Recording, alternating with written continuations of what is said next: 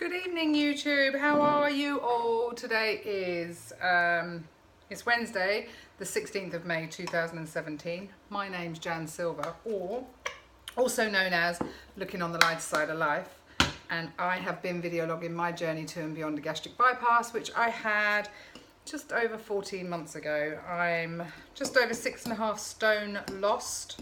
I can't work that out in other things, but I do my stats every now and then. Yeah, I'm doing pretty good. I thought I would log in.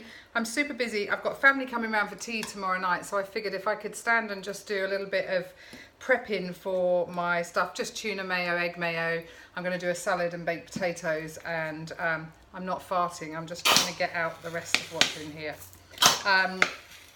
So if I figured I could prep it all tonight, then tomorrow when my family come, I can actually sit and enjoy their company rather than be pottering around while they're here. So I think that's always a good idea. Just trying to be organised, and I figured I could do it. Harry's out tonight with his work slot.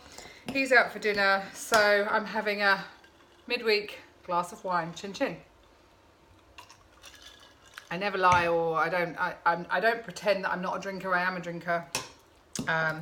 In moderation these days, a lot less than I used to drink, but still do have a good time, and I still do drink.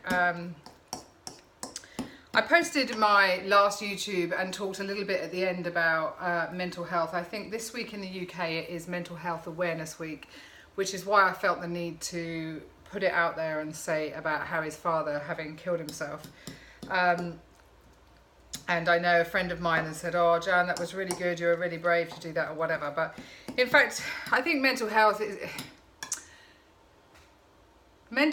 a lot deeper in me personally, not just family, than I probably have even let on. So I do have depression.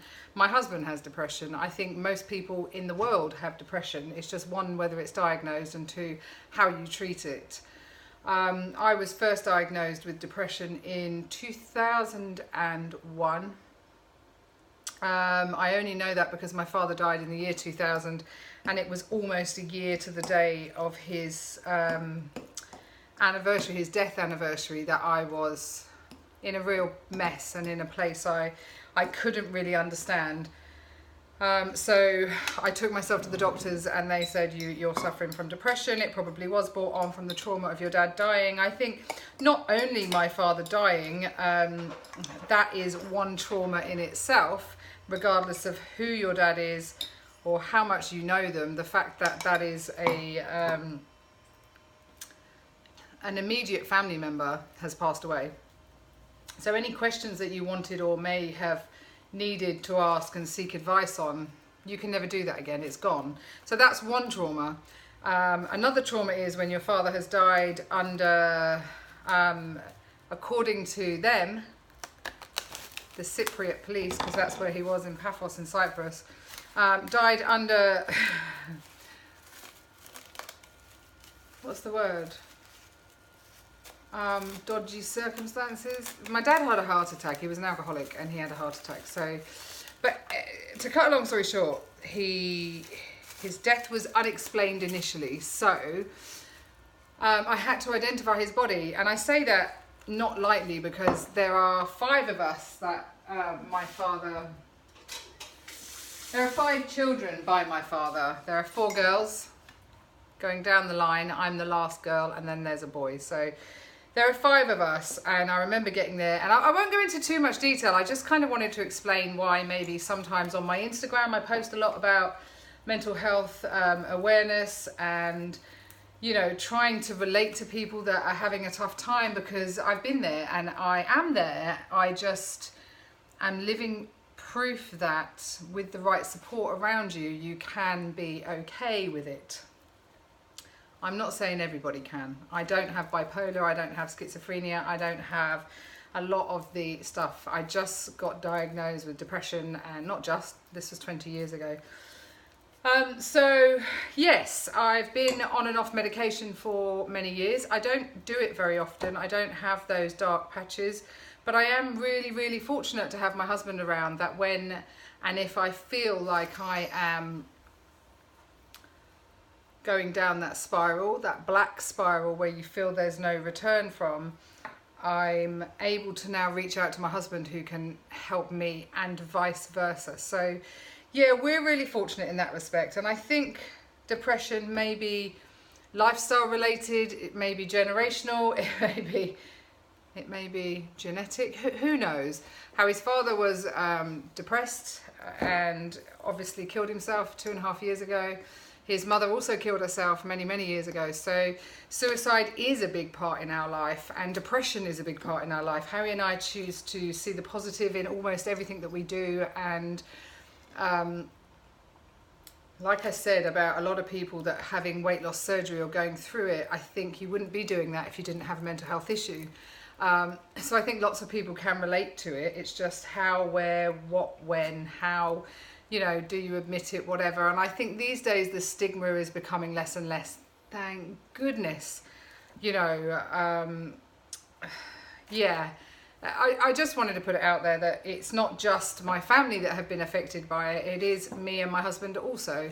So we both have depression. We're just really fortunate that our depression is kept under wraps and that we are able to control it to a certain degree.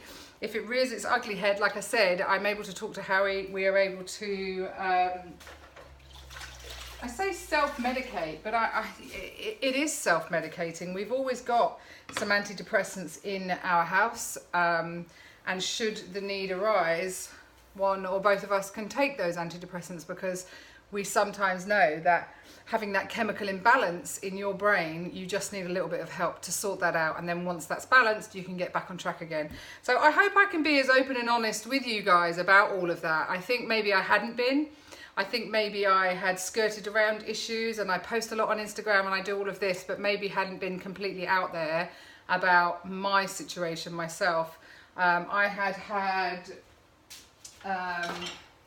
medication given to me a year after my father's death, and I sorted it out. And then giving up smoking 1 year, I remember just hitting rock bottom like you wouldn't believe, and having medication then brought me out of a black hole. And then again, the last time I took medication seriously really was knowing how I can fluctuate with my highs and my lows. I wanted to give up smoking. It was about 7 years ago. I quit cigarettes, but I did it with a lot of research, and I went to get some Champix drugs. And with those drugs, one of the side effects is you can become suicidal. And I just figured, you know what, if I'm predisposed to a bit of depression anyway, which I knew I was, maybe I should be helping myself before I actually go down that road. I lived on a 40th floor in Singapore in an apartment block, and I certainly didn't want to be suicidal because I don't want to die, right? You know, and the doctor totally heard what I said and put me on some Prozac straight away and said, no, you are right, Jan. Let's combat that before it even gets to that point. So I took the antidepressants, I took the Champix, I gave up smoking, win-win, you know. And I think it goes alongside with everything that we do. If you do your research and you know exactly, if you try and find out, hindsight we don't have, we can't tell what the future is, but if we know, for instance, that we're going to go down this road and this road is going to cause us a really bad headache, take a fucking paracetamol. You know, preempt that headache, because they're telling you straight away you're going to get this headache. Preempt it and take a paracetamol, ibuprofen, well, not if you're embarrassed, but you know what I mean. Take it and try it. And that's what I did. And in fact, I seriously needed that help. So yeah, the Champix I didn't have to take for very long. I was put off cigarettes for life. I will never, ever smoke again. But it was tough going. And again, so grateful to have my husband by my side, because depression didn't only rear its ugly head, even though I was on antidepressants. It bit me on the arse. And no, I didn't want to chuck myself off the 40th floor, but what I also didn't want to do is socialise or see anybody or go anywhere. So I remember Howie dragging me out, you know, let's go for a walk in your favourite place. And I was like, and he actually drove the car and I walked behind. You know, I was literally like, once I started walking, I didn't want to stop. So yeah, so there you go, guys. That's me putting it out there and just sort of saying, you know, it's not something to be ashamed of. It's not something to hide away from. I think depression's a big thing and it should be talked about. And I know I've got support in the form of my husband and my really close friends I could call up at any point. And I think that was my point yesterday, in just saying, everybody should have somebody. And if you haven't, get in touch with me, because I'll be that somebody. I think that it's a really sad, lonely world if you haven't got support around you, or friends that can pick you up when you're down, or you know, and I think you just have to do a little bit of reaching out. So I'm fortunate, I have my husband and I live with him, and he can tell signs in me when I'm about to go down a spiral, but other people haven't got that. And so that's up to them then to have the courage and the guts to reach out for help and not go down a spiral that you can't return from. You know, suicide is a permanent solution to a temporary problem, and that's in most cases. I'm not the sort of person that's going to say suicide, how selfish are they did this, they did that. No, I don't think they're selfish. I actually think they're fucking brave. I think they are desperate, and that they needed to end the feeling that they were going through at the time. So